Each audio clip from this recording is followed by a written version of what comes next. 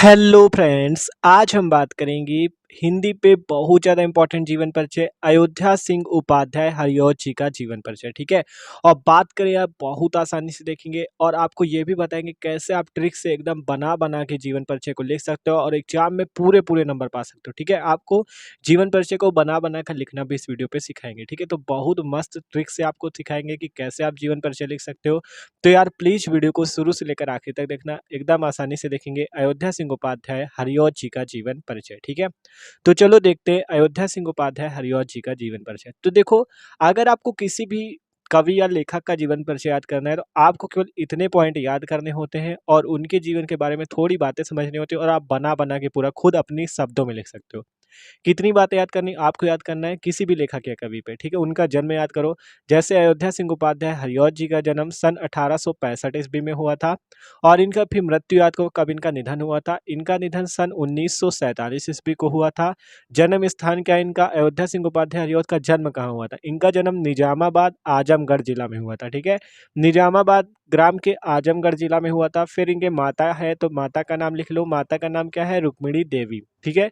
अयोध्या सिंह उपाध्याय हरिऔध जी की माता का नाम था रुक्मिणी देवी। पिता का क्या नाम था इनके, पिता का नाम था भोला सिंह उपाध्याय। ठीक है। पिता का क्या नाम था इनके, भोला सिंह उपाध्याय। और इनकी कुछ रचनाएं याद कर लो, प्रिप्रवास, वैदेही वनवास, परिजात आदि। बस इतने पॉइंट याद हो गए तो आप मस्त से बना बना के लिख सकते हो। ठीक है। तो सिंपल क्या है, अयोध्या सिंह उपाध्याय हरिऔध का जन्म सन 1865 ईस्वी, मृत्यु सन 1947 ईस्वी, जन्म स्थान निजामाबाद आजमगढ़, पिता का नाम रुक्मिणी देवी, सॉरी माता का नाम है। ठीक है। सॉरी माता का नाम है। तो माता का नाम रुक्मिणी देवी, पिता का नाम भोला सिंह उपाध्याय और रचनाएं प्रिप्रवास, वैदेही वनवास, परिजात आदि। आप देखो आपको लिखना कैसे, आपको सिंपल क्या लिखना है यहाँ पे, देखो सिंपल लिखना है अयोध्या सिंह उपाध्याय हरिऔध जी का जन्म सन 1865 ईस्वी में कहाँ हुआ था। देखो सिंपल लिख दिया पहले, अयोध्या सिंह उपाध्याय हरिऔध जी का जन्म सन 1865 ईस्वी में कहाँ हुआ था, जन्म स्थान क्या है, निजामाबाद आजमगढ़ जिला में हुआ था। आपको लिखना है पहली लाइन यही कि अयोध्या सिंह उपाध्याय हरिऔध जी का जन्म सन 1865 ईस्वी में निजामाबाद के आजमगढ़ जिला में हुआ था। कहाँ हुआ था, निजामाबाद के आजमगढ़ जिला में। फिर क्या लिखोगे, इनके पिता का नाम भोला सिंह उपाध्याय था और इनकी माता का नाम रुक्मिणी देवी था। बस सिंपल यही चीज लिखना है। देखो अयोध्या सिंह उपाध्याय हरिऔध जी का जन्म सन 1865 ईस्वी में, जन्म स्थान का निजामाबाद आजमगढ़ जिला में हुआ था।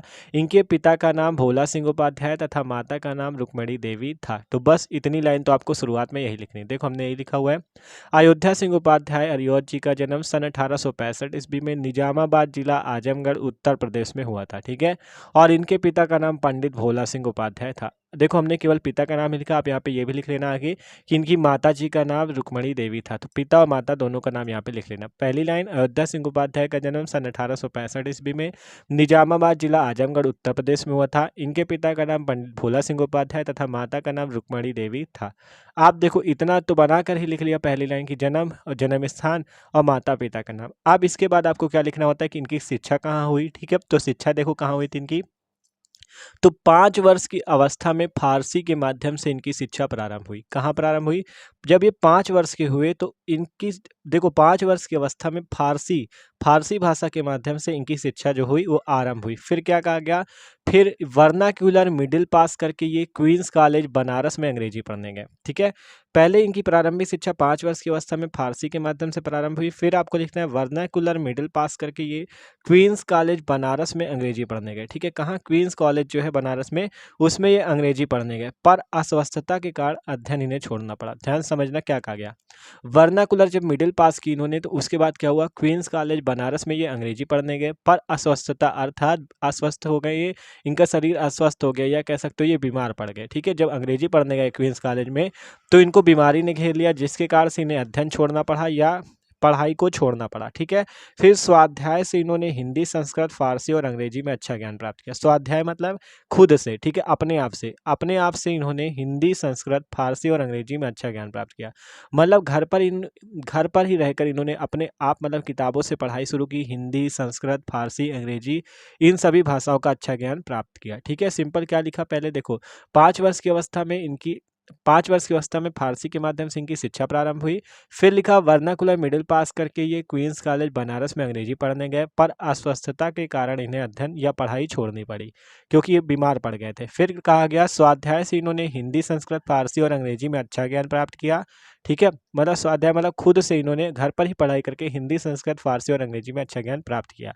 फिर आपको लिखना है निजामाबाद में जन्म ही हुआ, तो निजामाबाद के मिडिल स्कूल के अध्यापक रहे ये। ठीक है, निजामाबाद के मिडिल स्कूल में ये अध्यापक अर्थात टीचर रहे, कानूनगो रहे और काशी विश्वविद्यालय में अवैतनिक शिक्षा के पदों पर इन्होंने कार्य किया। और फिर लिख देना इनका निधन कब हुआ था, सन 1947 ईस्वी को। सिंपल, इतना होता है इनका जीवन परिचय, एकदम आसानी से। देखो कुछ पॉइंट इनके समझने और आप खुद से बना बना के लिखोगे। क्या चीज़ पहले समझो। पहले जन्म आपको पता है 1865 ईस्वी, तो हमने लिखा अयोध्या सिंह उपाध्याय का जन्म सन 1865 ईस्वी में निजामाबाद जिला आजमगढ़ उत्तर प्रदेश में हुआ था। फिर लिखना है इनके पिता का नाम पंडित भोला सिंह उपाध्याय तथा माता का नाम रुक्मणी देवी था। फिर इनकी शिक्षा के बारे में लिखा जाएगा 5 वर्ष की अवस्था में 5 वर्ष की अवस्था में फारसी के माध्यम की इनकी शिक्षा प्रारंभ हुई। फिर वर्नाकुलर मिडिल पास करके क्वींस कॉलेज बनारस में अंग्रेजी पढ़ने गए, परंतु अस्वस्थता अर्थात बीमारी के कारण इन्हें पढ़ाई छोड़नी पड़ी या अध्ययन छोड़ना पड़ा। फिर स्वाध्याय अर्थात इन्होंने अपने आप से ही घर पर रहकर हिंदी, संस्कृत, फारसी और अंग्रेजी में अच्छा ज्ञान प्राप्त किया। फिर निजामाबाद के मिडिल स्कूल के अध्यापक रहे। ठीक है, और कानूनगो और काशी विश्वविद्यालय जो है बनारस में, उसमें अवैतनिक शिक्षक के पदों पर इन्होंने कार्य किया। फिर लिख देना इनका निधन सन 1947 ईस्वी को हुआ था। तो ये इनका जीवन परिचय एकदम आसान भाषा में, जरूरी नहीं जो हमने बताया वही लिखो, बस पॉइंट समझो। आप कितना भी बड़ा बना के लिख सकते हो। ठीक है, मेन पॉइंट हमने यहाँ पे लिखे हैं, आप बड़ा बड़ा बना के लिख सकते हो अपने आप से। ठीक है, आप देखो इनका साहित्य में क्या स्थान है, मतलब साहित्य में भी स्थान पूछता है ना किताब, जब आपका पेपर होता है तो उसमें कहता है साहित्यिक परिचय बताइए उनका। तो साहित्य में स्थान क्या है, देखो हरिऔध जी, ये जो अयोध्या सिंह उपाध्याय हरिऔध हैं, देखो हरिऔध जी पहले ब्रजभाषा में कविता किया करते थे। हरिऔध जी पहले जब कविता किया करते थे तो कौन सी भाषा में करते थे, ब्रजभाषा में। हरिऔध जी पहले ब्रजभाषा में कविता किया करते थे, जिसका रस कलश इसका सुंदर उदाहरण, मतलब जो इनकी रचना रस कलश है वो इसका सुंदर उदाहरण, मतलब कि ये जो रस कलश रचनाएं इन्होंने ब्रजभाषा में की है तो इसी का उदाहरण है। ठीक है, कि हरिऔध जी पहले ब्रजभाषा में कविता किया करते थे, रस कलश इसका सुंदर उदाहरण, मतलब रस कलश भी ब्रजभाषा में लिखी गई है। फिर कहा गया महावीर प्रसाद द्विवेदी जी के प्रभाव से ये खड़ी बोली के क्षेत्र में आए और खड़ी बोली काव्य को नया रूप प्रदान किया। ठीक है, मतलब फिर पहले तो ब्रजभाषा में कविता किया करते थे, लेकिन फिर महावीर प्रसाद द्विवेदी जी जो थे उनके प्रभाव से, क्योंकि महावीर प्रसाद द्विवेदी जी खड़ी बोली में रचना करते थे, तो उनके प्रभाव से, उनकी रचनाओं के प्रभाव से ये भी खड़ी बोली के क्षेत्र में और खड़ी बोली काव्य को नया रूप प्रदान किया, अर्थात ये भी खड़ी बोली में रचनाएं करने लगे। पहले ब्रजभाषा में करते थे, लेकिन महावीर प्रसाद द्विवेदी जी के प्रभाव से ये भी खड़ी बोली में रचनाएं करने लगे। तो ये आपको साहित्य में स्थान में लिखना है। फिर रचनाएं कौन कौन सी इनकी हैं, प्रिय प्रवास, वैदेही वनवास, परिजात, चुभते चौपदे, चौखे चौपदे, रस कलश, अधकिला फूल, ठेठ ठेठ हिंदी का ठाठ, रुक्मिणी पैड़ा। ठीक है, तो ये इनकी रचनाएं हैं। मेन साहित्य में स्थान हो गया और जीवन परिचय, तो आप इसका स्क्रीनशॉट भी ले सकते हो आसानी से।